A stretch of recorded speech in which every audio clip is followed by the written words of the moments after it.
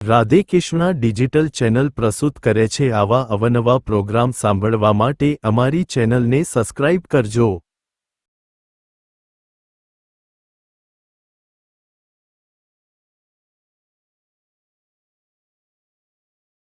आज लक्ष्य राख्यो ने અને જો કદાચ એની સુરતાના ધાગામાં શબ્દ પરોવાઈ જાય તો એના જીવનનું કલ્યાણ થઈ જાય હો। આજે દુનિયાની અંદર કોઈ ગોમડું એવું બાકી ના હોય કે આજનો અવસર ભજનનો નહીં હોય, ભગવાન ભોળાનાથનો મહિમા નહીં હોય। જૂનાગઢમાં મિની કુંભ ચાલે છે, અમેરિકાથી ઓસ્ટ્રેલિયાથી ઘણા લોકો એરોપ્લેનમાં બેસીને હજારો રૂપિયા ખર્ચી અને ભગવાન દત્તાત્રેય ભગવાનના ગિરનારની ડુંગરની અંદર એ સાધુ સંતોની મોજ કેવી છે, સાધુ સંતો શા માટે આવી શિવરાત્રી ઉજવે છે એના માટે ખર્ચો કરીને ગિરનારમાં આવ્યા છે અને વ્યવસ્થિત હોબળે જોવે, દર્શન કરે અને આનંદ અનુભવ કરે, ધન્યતા અનુભવ કરે। આપણે લગી કેકડો મિની કુંભ છે તો હળિયમ ચડ્યા છે, બોલો ગોટા આલો ના નહીં પણ વ્યવસ્થિત બિહારીને એક બાજુ બેસીને ખો। અડધા ગોટા સારું જ આયા તો ભજન સારું નહીં આયા। આજનો મહિમા આપણા ભગવાન ઈષ્ટદેવ આખી દુનિયાનો સૃષ્ટિનો સર્જનહાર જે શિવનો મહિમા છે। એક ઘડી જો સંતનો શબ્દ જીવનમાં પડી જાય અને વાત આપણાથી જોડી જાય તો આપણે સમજો કે ભારતના એક નાગરિક છીએ ને એક બાળક છીએ। નહીતર મહાપુરુષો કહે છે, સંતો કહે છે પોકાર કરી કે ઉઠ મુસાફિર અબ ઘોર પયો, अब काहे को तो सोवत है, जो सोवत है वो सो पावत है। आखी जिंदगी 4 जुगोથી હે જીવ તું ઊંઘતો આવ્યો છે, હવે તું જાગી જા, ગોર ભયો દિવસ પ્રભાતનો પોર છે તું જાજ। આવા સંતો જગાડી ગયા પણ જાગી જાય જેના ભાગ્યમાં હોય, પૂર્વ જન્મના ખાતાનો જીવ હોય અને ભગવાન ઉપર જેને ભરોસો હોય, સંત ઉપર જેને ભરોસો હોય એ જાગી જાય હો, નહીતર જીવન આમ નામ જતું રહે અને એ દાડો પસ્તાવો થાય। એટલે સંતોએ કહે છે, મહાપુરુષો કહે તમે ભાવે ભજી લો ને ભગવાન, એ જીવન થોડું રહ્યું, બાળપણ ને જવાનીમાં અડધું ગયું, હવે બાકી છે એમાં જો ધ્યાન, જીવન થોડું રહ્યું, પછી ઘડપણમાં ગોવિંદને ભજાશે નહીં। કારણ કે ઘડપણમાં બેસી નીકો તમારું મન કોઈ હુજવા નહીં દે, શરીર થાકેલું છે અને દાડો હુજશે ને ઘડપણમાં ગોવિંદ ભજાશે નહીં, લોક વૈભવ તે દાડો તજાહે નહીં। ઈ દાડે તમારે થોડું છોડવું પડશે તો કાઢવું પડશે એમ। અને એટલે સંતો મહાપુરુષો આજનો અવસર ભગવાન ભોળાનાથ ને માં પાર્વતીનો કે જ્યારે માં પાર્વતીએ ભોળાનાથના એક પ્રેમની અંદર જેને પોતાનું હૃદય ફૂંપી દીધું, જેનું સર્વસ્ત્ર ફૂંપી દીધું અને એના પિતાજીના ઘેર દક્ષ પ્રજાપતિના ઘેરથી નીકળી અને જ્યારે ભગવાન ભોળાનાથ સાથે જેને લગ્ન કર્યા, લગ્નમાં કન્યાદાન આપવા માટે પેલો ભાઈ જોઈએ તો કોઈ ભાઈ નતું, કૈલાશ ઉપર પહોંચ્યા પણ કોઈ ભાઈ નહીં, કારણ ભગવાન વિષ્ણુ માં પાર્વતીના ભાઈ બન્યા છે। પહેલી રાખડી તેઓ બંધાઈ કે ભાઈ તમને હું રાખડી બાંધું, તમે મારું કન્યાદાન કરો। પણ સમય જતા જતા જતા દક્ષ પ્રજાપતિના તો એક યજ્ઞ થયો છે, યજ્ઞની અંદર બધાને આમંત્રણ આપેલું પણ ભગવાન ભોળાનાથને આમંત્રણ આપ્યું, પાર્વતીને પણ આપ્યું નહોતું।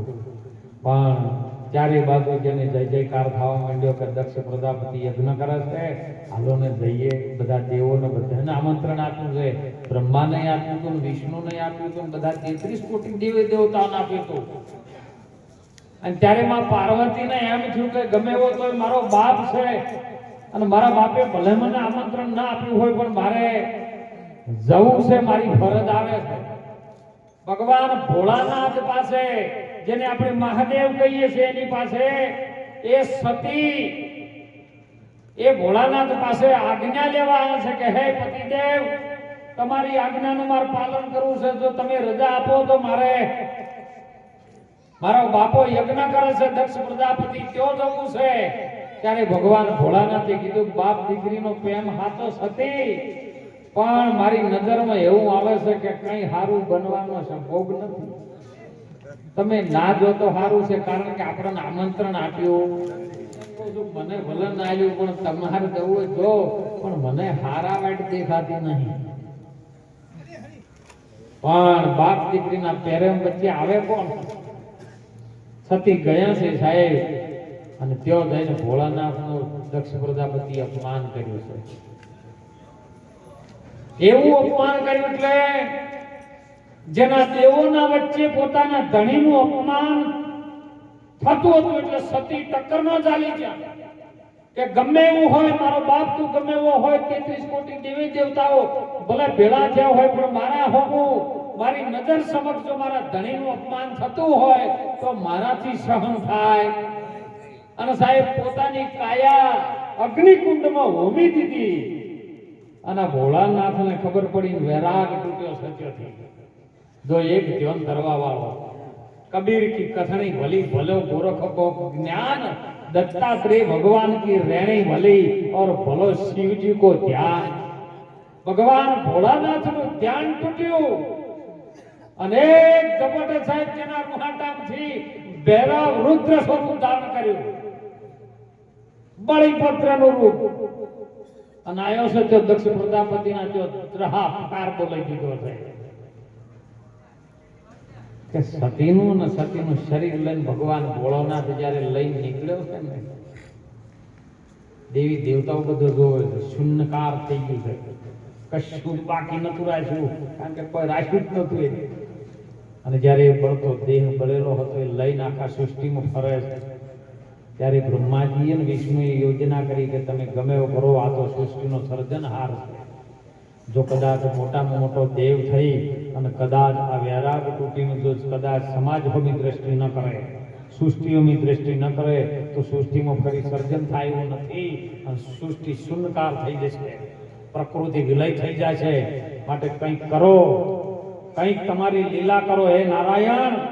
ત્યારે નારાયણ સુદર્શન ચક્ર મૂક્યું અને સતીના 52 ટુકડા કરી નાખ્યા. આ શરીરમાં પણ 52 ટુકડા છે. જો કદાચ ધ્યાનથી આપણે વિચારે ને તો 52 ટુકડાથી બનેલું છે આ દેવ. 52 તત્વો છે આ શરીરમાં. અને એટલા માટે જો સતીનો ટુકડો પડ્યો ને એ શક્તિપીઠો બની છે. પણ વિચારવા જેવી બાબત એ છે, સંતોએ કીધું, મહાપુરુષોએ કીધું છે કે કદાચ ઈ બ્રહ્માંડ ફરવા જાઓ તો મેળ આવવાનો છે. બધું સત્ય જુદું પણ નથી, પણ તમે એ જાહો તો તમારો કોઈ મેળ નહીં પડે. કોઈ પ્રગટ સંત પાસે જો અને એનો મહિમા કેમ છે એ રીતનો જાણો તો તમને સર્વેમાં એક જ સ્વરૂપ દેખાય, ભગવાન શિવનો છે. શિવ વગર શક્તિ અધૂરી અને શક્તિ વગર શિવ અધીરો. બેનો સમાપન છે સાહેબ. અને શરીરમાં પણ શ્વાસ છે શિવ છે અને ઉશ્વાસ છે શક્તિ છે. બે જો ન હોય તો શરીરે ચાલે એવું. અને તમે જોજો, પુરુષના પણ શરીરમાં અડધી ભાગ સ્ત્રીનો છે અને સ્ત્રીના શરીરમાં પણ અડધો ભાગ પુરુષનો છે. બેના જ સમાવેશથી આ સંચાલન ચાલી રહ્યું. અને એ શિવરાત્રી જેના ચરણમાં કદાચ પ્રભુ બંધ પડ્યું હોય અને આપણે આ ધરતી પર માનવ બનીને આયા હોય તો મહાપુરુષો કહે છે કશું જ નહીં કરવાનું, ભજન કરી લે. બપોરે રઘુભાઈ મને કીધું હતું કે અમુક પેલા મને મોબાઈલમાં કે વાપરું છું, મને બાપુ ચમચમ છે કીધું ગમે જગ્યાએ મારું સવાલ પૂછે ને એટલે અમુક જગ્યાએ જવાબ આપવા આકરા પડી ગયો. મારી બાજુમાં કોણ બેઠું હું જવાબ આપવા ઢૂચી પડું તો મેળ ના આવે. આ તો લક્ષ્ય વાળો કોક લઈ જાય ને ન લઈ જાય, પછી મારો બાપ બેઠો હોય પણ ગુરુ વગર હોય હું ના કહું. આ તો મારા સદગુરુની વાત છે સાહેબ. અને એટલે મહાપુરુષો નહીં કહેતા કે પેલા પેલા અમે જન્મ્યા પછી જન્મ્યા વડા ભાઈ, ધામ ધૂમથી પિતા જન્મ્યા અને પછી ચોથે જન્મી મરી માઈ, જોશીડા જોહ જોવાના મટીઓ કોઈને બનાવી. પહેલા પહેલા અમે જન્મ્યા. આ તમારા પોતભૂતોના પિંડની અંદર પહેલામાં પહેલો જો જન્મ થતો હોય તો તમારે વિચારનો જન્મ થાય. વિચારે પહેલો જન્મે અને વિચાર ઉપર જો વિવેક બીજો મોટો ભય ના આવે ને તો કોઈ કોમનું નથી આ શરીર એમ. ભજન ગમે એટલું કરો પણ વિગતથી વિચારમાં વિવેકમાં ના આવે ને તો કોઈ કોમનું. પહેલો પહેલો હું એટલે કે પહેલો વિચાર જન્મ્યો, બીજો વડો ભાઈ મોટો, વડો એટલે મોટો, મોટો ભાઈ છે વિવેક છે. ધામ ધૂમથી પિતા જન્મ્યા. જો તમને વિચાર સારો આવે ને એના ઉપર વિચાર ઉપર વિવેક આવે ને એટલે તમારી અંદર પિતા તરીકે ધર્મ જાગૃત થાય. ધર્મ છે આપણો બાપ છે અને ભક્તિ ચોથા નંબરમાં મારી માં છે. આ જો તમારા હૃદયની અંદર જો ચારે ચાર વસ્તુ આવી જાય ને તો દુનિયાને કાળની કોઈ તાકાત નથી તમને કશું કરી શકે. અને એટલા માટે સંતો કહે છે, મહાપુરુષો કહેજો કે જોણી લેજો સાહેબ. આ જીવન એક વખત આવ્યું છે અને ફરી ક્યારે મળશે એનો કોઈ ભરોસો નથી.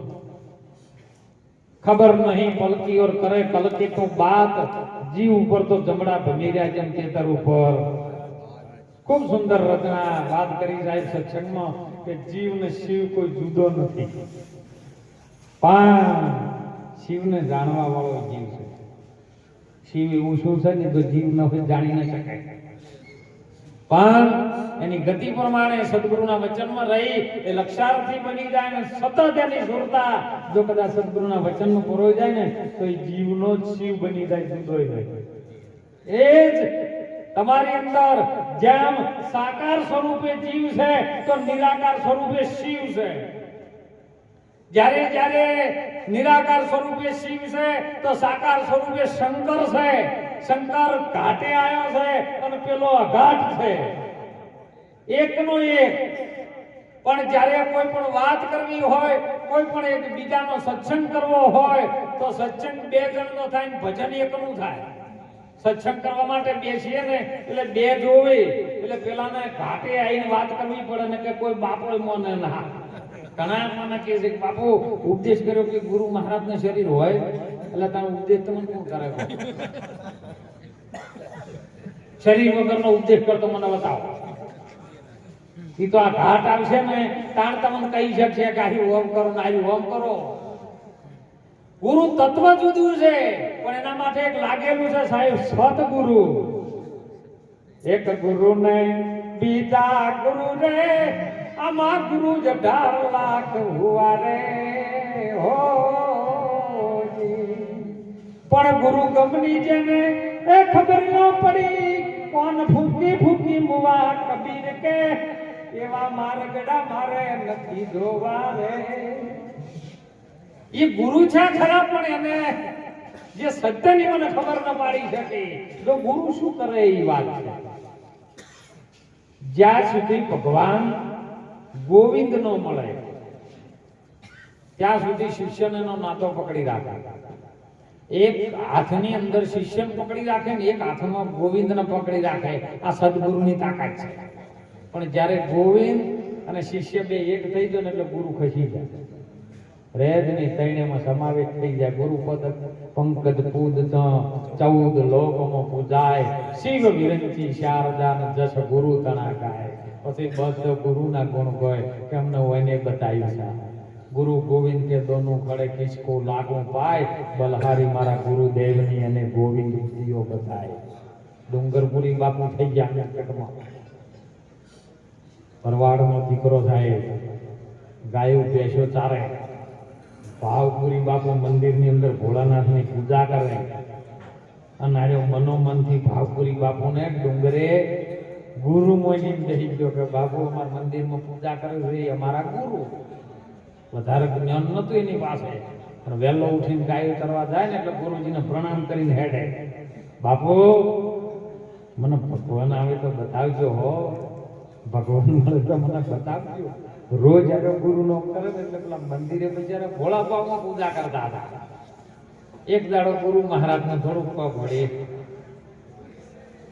કીધું એમ પેલું બાપુ આજ તો ગમે એ કરો મને ભગવાન બતાવો. એટલે ગુરુ મહારાજ ભાવપુરી કહી દીધું જા આપણો ગામનો કૂવો છે ને કૂવામાં પડી જા. શબ્દ લાગી ગયો સાહેબોને, ડુંગર ને શબ્દ લાગી ગયો. મારો ગુરુ મહારાજે કીધું છે કૂવામાં છે તો આજ કૂવામાં ગાયો દવા દીધી નાડ્યો પડ્યો કૂવામાં. કૂવામાં પડવા જતો તો ભગવાનને ખબર પડી કે ઓને એના ગુરુ પર વિશ્વાસ રાખ્યો છે, ગુરુ એવો મોકલ્યો છે. જો કાલ ઉઠીનો ને જો કદાચ આજ ન બચાવું તો કાલ ઉઠીને ભક્તોની વારે કોઈ ભક્તોનું નામ લેવાય તૈયાર નહીં થાય. ભક્તો જૂઠા પડી જાય કે તમારો ભગવાન જોયો, અને ત્યારે ભગવાને ત્યાં આવીને હાથ ઝાલીનો ડુંગરનો બહાર કાઢ્યો કે ઉભા રહો તમે સૌ કોણ કે જેને તે પોકાર કર્યો તારા ગુરુ મહારાજે બતાવ્યો તો ઈયો જ છું હું ગોવિંદ. એટલે રે બહાર કાઢીને લેબડાને થડપાઈને ઉભા રહ્યા છે, ઉભા રહો હું ઓળખતો નહીં તમને, તમે ભલે ગોવિંદ ગોવિંદ કરતા ભગવાન કહેતા પણ હું તમને ઓળખતો. હું તો મારા ગુરુ મહારાજને લઈને આવું અને ગુરુ મહારાજ કહે કે હા આ બરાબર છે તો હું મોનું ને કે ના મોનું. જો આ તો મોને એવાને વાત કહીએ નહીતર ચૂપ બેસી રહીએ વીરા મારા મોને એવાને વાત કહીએ. એટલે કે મારા ગુરુ મહારાજ કીધું હું કદાચ મને એમ લાગે ગુરુ કી તો પછી હું મોનું, પણ કે તમે જતારો તો હું તમને ઉભાતો રાખું પણ તમે એમ શું કરો જતારો. તે એના માથે બધવાનો રૂમાલ આવો આવે ને એ લઈને ભગવાનના લેબડાના થળીએ બોલ્યા. જો ભગવાન બંધાઈ જાય સાહેબ, ભાવથી બંધાઈ જાય.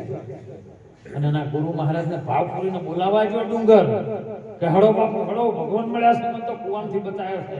એટલે પેલો કે જાનભાઈ ભગત કાઢાવાનો ના બાપુ તમે આવો નક્કી કરો, મને આજ ભગવાન આવ્યો જ છે બતા તમે જે ગોવિંદ કો હીરો જ આવ્યો એ કહેતો તો મને ખબર નહીં, પણ એ એમ કહેશે હું ગોવિંદ છું. અને સાહેબ ભોળાના ભાવ કરીને ખબર પડી કે લાય લાગે બે ત્રણ વખત કીધું લાય ખબર તો પાડી આવું. અને તેવા એમ જોવે છે ને એટલે લેબડાના થડામાં ભગવાન ગોવિંદ મોરલી વગાડી દો સાહેબ. ભાવપુરીના ઓખમાંથી ઓહુની ધાર જાય છે. અરે ગુરુ મહારાજ રોયાવાના તમે ઓ આ કોણ છે આ કે છે હાસુ છે ખોટું નકે લાગણી છે આપણે કે તે મારા ભગવાન લેબડે કહો કે આ ભગવાન તમે કોઈ રહ્યો આ કે હા એ જ છે. ત્યાણે ડુંગરપુરીના મુખમાંથી અવાજ નીકળ્યો તો કે ગુરુ ગોવિંદોનો પડે હવે કેવી કો લાગુ થાય. હે ગુરુ મહારાજ તમે એક બાજુ બતાવવા વાળા છો એ છો અને એક બાજુ જેનું ભજન કરી રહ્યો છો ભગવાન ભગવાન આખી સૃષ્ટિ કરેલી છે, સૃષ્ટિના તમામ જીવો પરમાત્મા કહે છે ઈ છે તો મારે ભગવાનને પગે લાગવું ગુરુને પગે લાગવું. ગુરુ ગોવિંદોનો ખડે મેં કિસકો લાગુ પાય અને ભગવાને માથે હાથ મેલ્યો કે બલહારી તારા ગુરુદેવની છે એને ગોવિંદીઓ બતાય અને ભગવાને હાથ મેલ્યો ને એટલે મને ત્રિકાળ જ્ઞાન થઈ ગયું સાહેબ. અને ઈ વચન ગુરુ મહારાજે સંતોએ કીધું છે એ જી મારી સૈયદ રે એ તમે આવતા સંતો ના લેજો તો અને તારા મનડા એ મોને તો ભક્તિ ઓર જો એ તમે ના દેજો સદગુરુજી અને આવા સંતોને દોષ મારી સૈયદ રે. તમને ભગવાન ના મળે તમને માતાજી પ્રસન્ન ના થાય તો તમારો ભુવાનો કે સંતોનો વોક કાઢવાની જરૂર નથી. એ તમારામાં ફોમી હોય તો ના મળે, કારણ કે ગોતવા કે ના જાઓ તમે. વાણીમાં હમણાં વાત નથી આવી કે મારો રામ છે હૃદયની મોય અને બીજે જો ગોતવા જાઉં તમારા હૃદયમાં બિરાજમાં છે તમે ગોતવા જાઓ ચોદળ છે. તમારો પ્રેમ જાગૃત થાય તો તમે બાવળમાંથી પણ ભગવાન પ્રગટ કરી શકો, પથ્થરમાંથી પણ ભગવાન પ્રગટ થાય. પણ આપણી ભક્તિ ભલીવાર ના હોય તો એ કશું થવાનું નહીં. પછી આપણે વોક ના કાઢીએ કોઈ મેં તો ટેક લીધી પણ કોઈ મેળ નહીં આવ્યા. અને એટલે નાથ સંપ્રદાયનો ગોરક્ષનાથજી બોલ્યા છે સાહેબ કે મનસા માલણી ગોરખ જાગતા નરને સેવો, અને જાગતાને જો તમે સેવો તો મળે નિરંજન દેવો, તમે જાગતા પુરુષને સેવો. અરે ટંકણ લઈને પથ્થર ઘર્યો ધર્યો સાથી પર પાય, એ દેવન કો જો હાથ હોય તો ગઢને વાલે કો પેલું ખાવ. મનસા માલણી ગોરખ જાગતા નરને.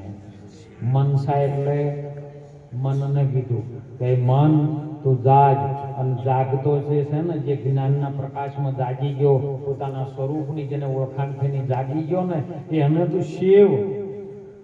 સેવો તો તરત મળે નિરંજન દેવો, નિરંજન તો તારા ભેળો છે જુદો. જેમ ફૂલમાં સુગંધ છે તલમાં તેલ છે ને, એમ નિરંજન પરમાત્મા જેને કહીએ એ તમારી ભેળો છે પણ જડતો નથી. આ તો ભગવાને એક વખત સૃષ્ટિ રચવાનું ચાલુ કર્યું એટલે બધાને થોડું થોડું થોડું થોડું આવતા હતા ને એમાં એક વસ્તુ નીચે પડી ગઈ અને ભગવાને ફટાકડા લઈ અને પગ નીચે દાટી દીધી. એટલે માં લક્ષ્મીજી અને પાર્વતી બધા બેઠા હતા. હે પ્રભુ, હે નારાયણ, તમે આ વસ્તુ પર પડી ગઈ લઈ લીધી, શું હતું? કે ના, હું ચારનો વિચાર કરું, હવે વસ્તુ છે ખરી પણ ચો મૂકવું એમ. કારણ કે માણસ છે ને કાળા માથાનું મનનો કોઈ ભરોસો, ગમે જગ્યાએ આવ્યું ઘડી ઘડી આવશે ને મને હેરાન કરશે. પણ કે છે શું? લક્ષ્મીજીને નારાયણે વાત કરી હતી શાંતિ કે મેલું ચો. નારાયણ કી ચોય મેળવી નહીં, હો હોના હૃદયમાં મેલજો. અરે બાર બાર ગોજ છે પણ અંદર ગોજ છે. આ તો આવું ભોળાનાથનું મંદિર હતું ને રામનાથ, એટલે એમાં મારા જેવો જ આવ્યા. મહાદેવના મંદિરના પૂજારીએ છે ને રોજ સવારે આરતી કરે, પૂજા કરે, વંદના કરે, ભોળાનાથની સેવા કરે. પણ પછી આરતીનો સમય થાય ને એટલે હવાશે હોનાનો શંખ હતો એમ ભાઈ. એટલે આરતી થાય એટલે શંખ ફૂંકે. એટલે કોકની ચર્ચા છે કે અમુક મંદિરમાં મહારાજ પૂજા કરે છે હોનાનો શંખ છે. એટલે પેલા નક્કી થઈ ગયું મારા જેવા કે જાવું તો સહી ગમે એ કરે, પણ બાપુ આરતી કરે ને શંખ લઈને જતા રહે તો આપણે હાથ ભીઢી આવે એવું છે. હવાશેર હોનું એટલે અત્યારના ભાવમાં આજે આવ્યો ને બાપુ કે મને બાપુ મંદિરમાં રહેવા ગયો ને. બાપુ કે ભોળાનાથનું છે મારું કયો છે રે, સેવા કરજે, કોઈ આવે ને કોણે પાજે અને આરતી કરજે. કરે તા એટલે બે ટાઈમ આરતી થાય બરાબર. આરતી મહારાજ કરી ને એટલે પેલા કે લે આરતી બધે ફેરવી ગયા. એટલે પેલો આરતી લઈને ફેરવા જાય એટલે બાપુ શંખ મૂકી અરે જોવે ખરો શંખ પૂછ્યો છે, પણ પેલો આરતી ફેરવીને આવે ને એટલે ઘણા બાપુ વળે કરી દીધો. 2 દાડા થયા, 3 દાડા થયા, 10 દાડા થયા, એમ કરતા કરતા મહિનો થયો ને ત્યારે ટકરના ધારી ગયો. બાપુ કે બાપુ પૈસા ભરે મારે હોય રહેવું નથી. બાપુ પેલા તું ઘેરથી કંટાળીને આવ્યો હતો ને બધું બાપુ હાસું, પણ હવે રહેવાય એવું નહીં. જેમ કે હું જેના માટે આવ્યો હતો ને એ વસ્તુ મહિનાથી થોડું પણ જડતી નહીં. બાપુ કે શું ગોતો કે તું આવ્યો તારની મને ખબર છે, પણ તું તારા મોઢે કે હાલ કે બાપુ આરતી પૂરી થઈ રહી એટલે તમે જે શંખ વગાડતા હવાશેર હોનાનો એ શંખ માટે હું આવ્યો હતો. બીજા માટે આવ્યો એ તો હોય ને. બીજું ભજન માટે કોક આવે, પોતાના કલ્યાણ માટે કોક આવે. એટલે કે એ શંખ માટે હું આવ્યો તો પણ શંખ જડતો નથી. એટલે બાપુ કે તું રોજ પેટીઓ ફેંકતો, તિજોરીઓ ફેંકતો, મારા કાટલા ફેંકતો, મારા ઠેલા ફેંકતો. મને ખબર હતી કે તું તારો ઠેલો નહીં ફેંકે. એટલે જેવો આરતી તને આલતો ને આરતી લઈને તું પેલી બાજુ ફરવા જતો ને એવો હું શંખ વગાડીને તારા ઠેલાને મેલ દેતો. મને ખબર હતી તું બધું ફેંકે પણ તારો પોતાનો ઠેલો તું ફેંકે. એમ આપણા બધા ઉપર આ દ્રષ્ટાંત કહેવા માંગે છે. સિદ્ધાંતની અંદર આપણે બધા કહીએ છીએ કે અમે ગુરુમુખી છે, ગુરુમુખી છે, પણ ગુરુમુખી એટલે શું? જવાબ આપજો હો. ગુરુમુખી કોને કહેવાય? ગુરુમુખી એટલે શું? એમ કોને કહેવાય ગુરુમુખી? શું આપણે પોત પ્રતિજ્ઞા લીધી અને આપણને ભજન આવડી ગયું એટલે શું ગુરુમુખી? ના, ગુરુમુખી એટલે જો બધી મુખ આપણું બહાર ફરતું હોય ઇન્દ્રિયનું, આ શરીરની અંદર જે 5 ઇન્દ્રિયો કબીર સાહેબે કીધું છે, કબીર કબીર તુમ ક્યાં કરો ખોજી લો આપ શરીર, 5 ઇન્દ્રિયો જો તમે વશ કરો તો તમે છો. ઈ 5 ઇન્દ્રિયોનું જે મુખ છે, જે અંતકરણ છે, જેનું મુખ બહાર દ્રષ્ટિ તરફ તમારું જાય છે, તેવું ગુરુમુખી નથી. પણ એનું વળતું વાળીને તમારી અંદર ભીતર ગોતવાનું ચાલુ કરો ને, એનું નામ ગુરુમુખી. ગુરુમુખી હોય બહાર દ્રષ્ટિ કોઈ દાડો ફરે નહીં. બહારથી લે ખરું પ્રકૃતિ છે, ભગવાન ભોળાનાથનો બધું રચાયેલી માયા છે, પણ એ બધું જમનું છે, એમનું એમ છે. પણ વળતું વાળીને તમારા મુખમાં લાવો ને પાછું અંતર્મુખ થઈ ગયો ને, એ ગુરુમુખી. અને જેને જેને મહાપુરુષોએ સંતોએ કીધું કે જ્યારે ગુરુમુખી બની ગયો ને, એટલે એને અંદરથી ઢાઢક થાય, એને ગુરુ પ્રત્યે પ્રેમ જાગે, દરેક જીવો ઉપર પ્રેમ જાગે, દરેકનું કોઈનું ખોટું ન થાય એની અંદર એવો ભાવ જાગે, તો સમજો કે ગુરુમુખી બની ગયો સાહેબ. ભલે આપણું ગમે ખોટું કરી જાય ને, પણ આપણું એનાથી ખોટું ન થાય એવો અંદર પ્રેમ જાગૃત થઈ જાય ને, તો સમજો કે તમને ગુરુનું મુખીનો અસર થઈ ગઈ સાહેબ. અને પછી તમારી વર ભગવાન રાખે હો, આખું ગોમ છે ને ભગતની વર રાખે. આ ચોક જોઈશે વર રાખજો હો, બ્રહ્મ ભજન કરે છે હમણાં તો લાડવા ખાવા હે ગયા. આ બધું આખું ગોમ વર રાખે એટલે પેલા બેઠા બેઠા ખબર ના પડે કે આખું ગોમ જો એની વર રાખતું હોય તો નામ કોક છે મારે એની વર રાખવી પડે ને. અને એટલે હમણાં વાણી નતું કર્યું કે લજિયા રાશી તમે નરસિંહ મહેતા ને એ જૂનાગઢની મોય તમે લજિયા રાખજો. રાખી છે સાહેબ લાજ દ્રૌપદીની રાશિ. જ્યારે શિશુપાલનું મસ્તક કાપવાનું ચાલુ થયું, ભગવાન કૃષ્ણજીની પૂજા થતી હતી, જ્યારે હસ્તિનાપુરમાં બેઠા રાજસભાની અંદર, અને જ્યારે સહદેવ ને નકુળ બે પૂજા કરવા માટે ભગવાનને ઉભા થયા, અને એમાં શિશુપાલ આવીને ઉભો રહ્યો છે. શિશુપાલે કીધું સહદેવને નકુળ કે તું આ ભગવાન આ કાળિયાની પૂજા કરે છે, આ ગાયો ચારતો હોય, ગોપીઓનો ચીર ખેંચી જતો હોય, મહીના મટકા ફોડતો હોય અને ચોરી ચોરી ખાતો હોય, ચોરની પૂજા કરે. ત્યારે બલરામ ને ભીમ બે ઉભા થયા છે, કોને પટાઈ ગઈ હાલ.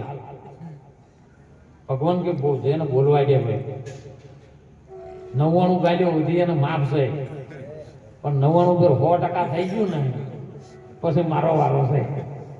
એટલે કે જેમ એની માને મેં વચન આલેલું છે કે 99 ગાડીઓ બોલશે ને એટલી ઘણા હું એને સહન કરીશ, પણ 100મી ગાળે આવશે ને જોજો. 99 ગાળીઓ એટલે શું અને 100મી ગાળે એટલે શું? 99 વખત તમે શીખેલા છો, અને જે શીશીને બોલતા ને એમનું નામ શિશુપાલ. જે શીખેલું બોલ કરે ને એનું નામ શિશુપાલ. ભગવાન કે આ બધું શીશેલું બોલે તો મસ્તક કાપી નાખવા છે, આ નહીં. આ તો બધું કંપનીથી અહીંથી ફિટ કરીને આવ્યો છે, આ મારું છે, આ બધું રેકોર્ડિંગ કરેલું છે. હવે મને કાપી નાખવા જાય મસ્તક ન રખાય. અને એ વખત સુદર્શન મૂકી અને એનું મસ્તક શિશુપાલનું કાપી નાખ્યું, અને એ વખત ભગવાનના ઓગળીએ લોહી આવ્યું છે. ભગવાનની વણીઓ બધી ઉભી હતી, આજુબાજુ ઘણા બધા ઉભા હતા, પણ બધા પાટા પીંડીઓ લેવા ધોળ કરવા માંડે. ભગવાનને વાગ્યું છે, કારણ દ્રૌપદીએ એના પાલવની ચિંતા નથી કરી. સમજાય એમાંથી સાડીનો શેડો ફાડી અને ભગવાન કૃષ્ણજીને જ્યારે પાટો બાંધ્યો ને, અને પાટાના તાર ગણ્યા ને એટલે 999 થતા. અને એ વખત ભગવાન કૃષ્ણે વચન આપ્યું હતું કે હે કૃષ્ણ, દ્રૌપદીનું બીજું નામ કૃષ્ણ હતું. હે કૃષ્ણ, તારે જરૂર પડે ને ત્યારે મને પોકાર કરજે, એનું ઋણ ચૂકવવા હું આવીશ ને. એક ટકો ન રાખે તમારો મોરારી વ્યાજ સહિત દઈ દે મારો ગુરકારી. તમે 1 રૂપિયો આલો તો 10 હાલવા માટે તૈયાર જ થઈ ગયો. પણ જ્યારે પીડ પડી સાહેબ હસ્તિનાપુરની અંદર સભામાં, દુશાસનને હુકમ કર્યો દુર્યોધને જેવી સેવી એનું પાડીને લાવો. હારી ગયો છે એના ઘણી 5 પાંડવ હોવા છતાં, 5 પતિ હોવા છતાં એ હારી ગયો છે. 5 પતિ આપણા અંદર આ 5 તત્વનું જે શરીર છે ને એની અંદર સુરતા છે. જો તમે ઓયથી હારી ગયા તો તો શૂરતા હારવાની ને હુકમ કર્યો દુશાસનને, જેને દૂરનું શાસન હતું, નજીકનું નતું, એનું નામ દુશાસન. દુર્યોધન એટલે દૂરનું ધન જેને વાલું હતું એનું નામ દુર્યોધન. એનો બાપ હતો ધૃતરાષ્ટ્ર, કે જે ધૂતીને ભેળું કરીને એના મોહમાં અંધો બન્યો હતો એ ધૃતરાષ્ટ્ર. અને એ બધાનો એનો નોમે દો એનો હોમે પાછા ફેંકવા વાળો એ શકુની માં ડબલ પ્રકારની એની સલાહ લેતા તાર્યા. અને જ્યારે દુશાસનને હુકમ કર્યો તો દ્રૌપદીને ખેંચીને લાય, કારણ કે એના પતિઓ હારી ચૂક્યા છે. હવે આપણે એને હોય લાવવી પડશે, કારણ કે દુશાસને ચોટલો ઝાલીને જ્યારે ખેંચીને લાવ્યો છે ને, ત્યારે હુકમ કર્યો દુર્યોધને કોના ચીર ખેંચી.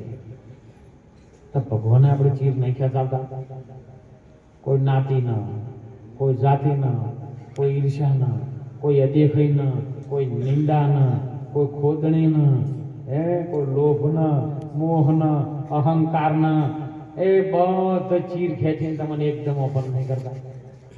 આ બધા ખેંચી લે તો કેવલ આત્મા છે, બીજો કોઈ છે નહીં. અને જ્યારે બધા ચીર ખેંચાવાની તૈયારી થઈ ને, એટલે મુખમાં શેડો હતો, થાળીનો શેડો દ્રૌપદીના દોતમાં હતો. બધા તાકી ગયા, મને બચાવો દાદા, અમારી ઇજ્જત લે છે. ત્યારે સંતોએ વાણીમાં કીધું છે, સાહેબ તમે વિચાર કરજો, મોગાડો.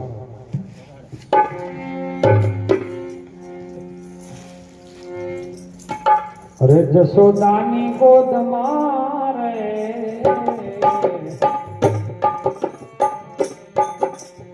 આજ મને લાલો દેખાય રે.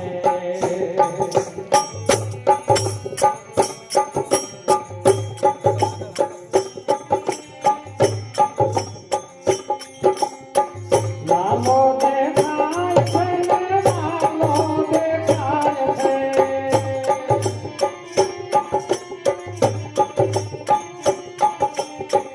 લાલો દેખાય છે, લાલો દેખાય છે. કૃષ્ણની ધૂન મારે ઓ યાદ મને શ્યામો દેખાય છે.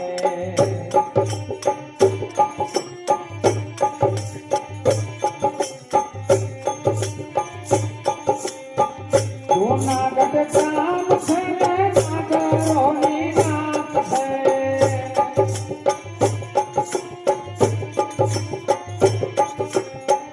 જૂનાગઢ ગામ છે ને નાગરોની નાત છે. નરસિંહની ધૂન મારે ઓ યાદ મને લાલો દેખાય છે.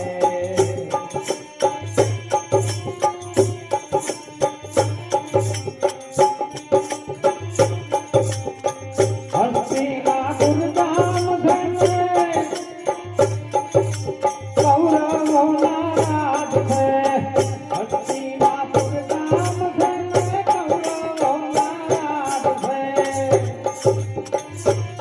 એવા દ્રૌપદીના તીર મારે ઓ યાદ મને કૃષ્ણ દેખાય છે. જશોદાની ગોદમાં રે ઓ યાદ મને લાલો. દ્રૌપદીના જીવમાં હસ્તિનાપુર શહેર છે એવું, અને ત્યાં કૌરવોના રાજ છે, પણ દ્રૌપદીના ચીરમાં મને આજ મારો માધવ દેખાય છે. સાહેબ દોતમાં એક છેલ્લો છેડો સાડીનો રહી ગયો ને, ત્યાં દુશાસને ખેંચવાનું ચાલુ રાખ્યું.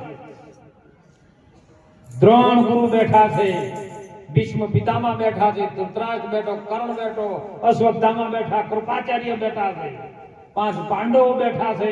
બધાના હવે નજર કરી છે, પણ કોઈને બચાવવા વાળો નથી. ત્યારે દોતના છેલ્લા છેડામાંથી હાડીનો છેડો નીકળી ગયો ને હે કૃષ્ણ કીધું ને, એની ઘડી ભગવાન આવી 999 હાડીઓના ચીર પૂર્યા છે. ત્યારે ભગવાન બધું પતી ગયા પછી દ્રૌપદીએ કીધું ભગવાનને, કૃષ્ણને, હે મારા કાળિયા ઠાકર, તે આવવામાં વાર જેમ કરી, કારણ કૃષ્ણએ સુંદર જવાબ આપ્યો છે કે તારી નજર જગત ઉપર હતી. જો આ કાકા ઉપર, બાપા ઉપર, ગુરુ ઉપર, ભાઈ ઉપર, મામા ઉપર, મુહાળ ઉપર પડી હોય ને, તો સુધી હું આવતો આ બધાથી છૂટી ગઈ તે દાડે મને કૃષ્ણ પોકાર કર્યો બિલકુલ વાર કરી હતી એમ આપણી નજર હજી ચોક પડી છે સીધું દ્રષ્ટાંત છે એક જણા જીભડો વાય જીભડો કાકડી એટલે કાકડી છે ને રાતે બધા એટલી દાડા વધે પાછી આવી ગયા છે મહિનો છે ને કાકડીના ભૂપર આવ્યા અસલ 4-5 કાકડી લૂંઘો આવી ગયેલો ઘરઘણી આવી ગયો ઓહો કાકડી આવી ગયા પહેલામાં પહેલી કાકડી મારા ક્ષેત્રમાં આવી છે મારા ગુરુ મહારાજને ખવડાવી સારી કાકડી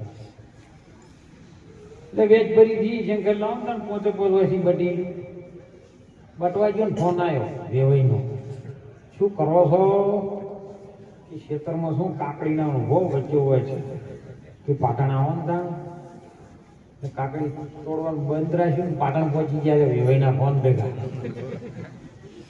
વેવાઈ હો સુધી રોચી રહ્યા છે રાત પડી ગઈ હવે રાતે કાકડી ગણાય નહીં એક રાત જતી રહી એટલે બીજા દાડે કાકડી કેવડી થાય મોટી થઈ બીજા દાડે નક્કી કરીને આજ તો કે ગુરુ મહારાજ હારું કાકડી લઈ જાય બીજા દાડે તોડવા બરોબર તોડવાનો કરે ને સીધા મોમાનો ફોન આવ્યો ઘણા ભાઈ શું કરો છો એ ક્ષેત્રમાં કાકડી લેવાયો ઘણી વાર ડીસા કોમ છે આવવાનું આઈએ પડતું નાખી ડીસા તો મોમાનો ફોન આવ્યો કોઈ ફુવાનો આવ્યો ને એમ કરતા કરતા અઠવાડિયું નીકળી ગયું કાકડી ના તોડી ગયા હવે કાકડીમાંથી કાકડી ના રહી આવી મોટું શીપડું થઈ ગયું નું અને કાઠિયાવાડ એને આર્યું કહેવાય આર્યું આપણી બાજુ શીપડો કે એ બાજુ આર્યું થઈ પણ આવ્યો એ દાડે પછી પાચી ગયા પછી નક્કી કર્યો કે હવે તો ગમે કરો પણ મારા ગુરુ મહારાજ દારી તો ખવડાવવું મારા ગુરુ મહારાજ સિવાય પેલું બીજો કોઈ ખવડાવવું ભગવાનના મંદિરે નથી લઈ જાવ મારા ગુરુ મહારાજ ખવડાવવું હુંડલા તોડી હુંડલા મેલી થઈ ગયો મારું બધું મોમાનો ફોન આવ્યો તો મોમાન ખવડાવું સારું અને પાછો ડગલું ભરે વળી હેડે કે ફુવાનો ફોન આવ્યો તો વેવાઈનો ફોન આવ્યો તો એમ કરતા કરતા શેઠા હતો ને જે ખેતરનો એ શેઠો ક્રોસ કરી ગયો અને ક્રોસ કરી ગયા છે એના મંગતની અંદર એક જ લક્ષ થઈ ગયું ના હવે કોઈ પણ નહીં ખવડાવવું મારા ગુરુ મહારાજને ખવડાવવું બીજા કોઈ ખવડાવવું અને સાહેબ જો ગુરુ મહારાજના આશ્રમમાં આવ્યો ગુરુ મહારાજને ત્યાં મૂક્યું ને એટલે પુણ્યમનો દાડો હતો ને 8-10 ભક્તો આવ્યા બેટા શું લાવ્યો છે કે બાપુ આવ્યું બેટા સોલ અને હરખા કટકા કર અને શલ ઉપર થોડી ખાકર ભૂરાઈ અને બધાને પ્રસાદી ખવડાય એટલે ઓને જેમ ગુરુ મહારાજની આજ્ઞા પ્રમાણે બધું સોલી કટકા કર્યા અને પ્રસાદ ભગવાનને ધરાઈ અને બધાને એક આલ્યું ને એટલે સાહેબ જેનો અંદર પ્રેમ નીતરી ગયો તો ને એટલે બધા જેટલા ખોય ને એટલા શું કે વાહ ભાઈ ભગત તમારું આવ્યું વાહ ભગત તમારું આવ્યું બધા વાહ વાહ થવા માંડી ને એટલે ગુરુ મહારાજને એમ થયું મારા ભક્તો રાજી થયા અને મારા ભક્તો રાજી થયા મારા સેવકને રાજી કરવો પડે ને એટલે જેની થેલીમાં જોડાઈ હોય ને એમાં 2 હોના મોર પડ્યા સેવકને આપી દીધું લે બેટા તારું તું આજ્યું લાવ્યો તો ને તું શીપડું લાવ્યો તો ને મારા ભક્તો રાજી છે મારો ભગવાન રાજી છે લે આ શીપડાના પૈસા તને લઈ ગયું તને ખાલી ઇનામ આપું છું પેલો કે બાપુ માફી લેવાય નહીં એટલે આ ગુરુની પ્રસાદી સમજીને લઈ રહે ગુરુની આજ્ઞા પ્રસાદી લીધી ને એટલે બાજુમાં 2-4 જણા પ્રસાદ ખાલી વાહ કરવા વાળા હો મારું ઊંડું કે એક શીપડું લાવ્યો છે અને 2 હોના મોર મળ્યા આપણી બાપુ સારું આવું લાભવું છે બાપુ હોના મોર આલે અને તો બીજા દાડે આયા ને ખેતર શેડી આખો વીઘો કાકડી કઈ નાખી પછી અને જો કાકડી જોવાની હતી પાકવા જ જવાના હતા જીભડો મહિનો જો કાકડીઓ આવી કાકડીઓ પાચી ગઈ બધા તો ગાડું ભર્યું જીભડો પેલો એક લઈ ગયો તો આપણો બાપુ હંગાઈ આખું ગાડું ભરી લઈ ગયો ને આવી રીતે દરવાજામાં ગાય પાડી બાપો આર્યું લાયો છો એટલે બાપુ કે પેલી બાજુ ગાયો હું લઈ જા એ બાપુ એવું દબો ના ચાલે બધે શિષ્યો અમે તમારા બધા એક અને તમે આવો ભેદભાવ રાખો એટલે એવું નહીં ભેદભાવ નહીં અત્યારે મારા ટાઈમ તું લઈ જા ગાયો હું તું તાર એ બાપુ આવું તો ચાલે ને હું તો ગાડું ભરીને લાયો છું પણ કે તું સીધું લાયો અને હું સીધું લેતો જેમ કે તું પેલા બેઠો એનો પોષ એ શીપડો એ કાકડી તોડતો હતો ને કાકડી આવી તારનો ગુરુ મહારાજ નો રટાણ હતું એનો કાકડીમાંથી શીભડું બન્યું ને શીભડું લાવીને ભક્તોને ખવડાવે, મારા ભક્તો રાજી જાય. તું તો સીધે સીધું ગુરુ મહારાજ પાસે લેવા આવ્યો છે, કશું કરવું નહીં, લેવા શું હોનામાં? હું સીધા ને હોનામાં આવતો નહીં. અને એટલા માટે સંતો મહાપુરુષો હોનામોર એટલે એક ગુરુ મહારાજનો વચન છે, બીજું કોઈ છે નહીં. અને વચન જેને મોન્યો ને અને વચનના આધારે તમે જો ચાલશો તો જીવનની અંદર આપણું કલ્યાણ થાહે ને થાહે. અને એટલા માટે સંતોએ પોકાર કરી કીધું છે કે તમે જાગી જાજો સાહેબ. જીવન પોજ ભૂતોનું શરીરથી મળ્યું છે ને, કોની અંદર જગાડવા વાળા સંતો હાલ પ્રગટ છે.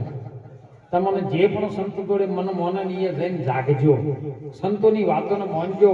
આજે ભોળાનાથે જેને ભજન કર્યું, જેની શિવરાત્રી પૂજાય ગોમડે ગોમડે, જેનો ગિરનારનો ડુંગર આજ સાહેબ એવું લાગે કે ભગવાન ખુદ ભગવાન કોળીઓનાથી ઉતર્યો એવું લાગે આપણને. સાધુ સંતો એમની મદામાં ભજન કરે છે સાહેબ. પણ ભોળાનાથે ભજન કેવું કર્યું સાહેબ? જો એને ગુરુ હતા હો, ભગવાન ભોળાનાથને પણ ગુરુ હતા. ધ્યાન કરતા હતા ને એટલે પૂછ્યું હતું તમારો ગુરુ કોણ છે? મારો ગુરુ મારો રામ છે, મારો ઈષ્ટદેવ જેનો હું ભજન કરું છું, મારા ગુરુ મહારાજનું કરી ગયો છું. સાહેબ એમણે વાત ન કરી, ઉમા કહું મેં અનુભવ અપના, એક હરિભજન સત બાકી જગત હે સબ. મારા હરિનું હું ભજન કરું છું, એ મને ગુરુ મહારાજે કીધેલું છે સાહેબ. અને એ ભજન કર્યું ને એટલે એની સાથે સાથે જો એની સતીએ સાથ આલ્યો, સતીએ સાથ આલ્યો ને એટલે એના દીકરા ગણપતિએ સાથ આલ્યો. આપણે તો ભજન કરતા હતા, આપણે માનતા હતા, આપણે ઘરવાળા ના માનતા હતા. ઘણી વખત બાપુ જોડે આવતા, બાપુ ઘરવાળા એને ધરકાવતા હતા, તમે શું ઘડી ઘડી બાપુ બાંધતા હતા, હવે ઢોરો દોવાના હોય. હે જેનો દીકરો ગણપતિ પૂજાનો, ગણપતિની અંદર સંસ્કાર, જેનો દીકરો કાર્તિકી પૂજાનો, એના નામનો સિદ્ધપુરમાં સાહેબ 12 મહિના થાય ને એટલે કાર્તિકી પૂનમના દડે આખો મહિનો કાર્તિક, એના દીકરાના નામ ઉપરથી પડ્યું છે આ કાર્તિક. એનો મેળો ભરાય સિદ્ધપુરમાં, લાખો લોકો આવીને ચોકન તર્પણ કરે, આમ તો શાંતિ થાય.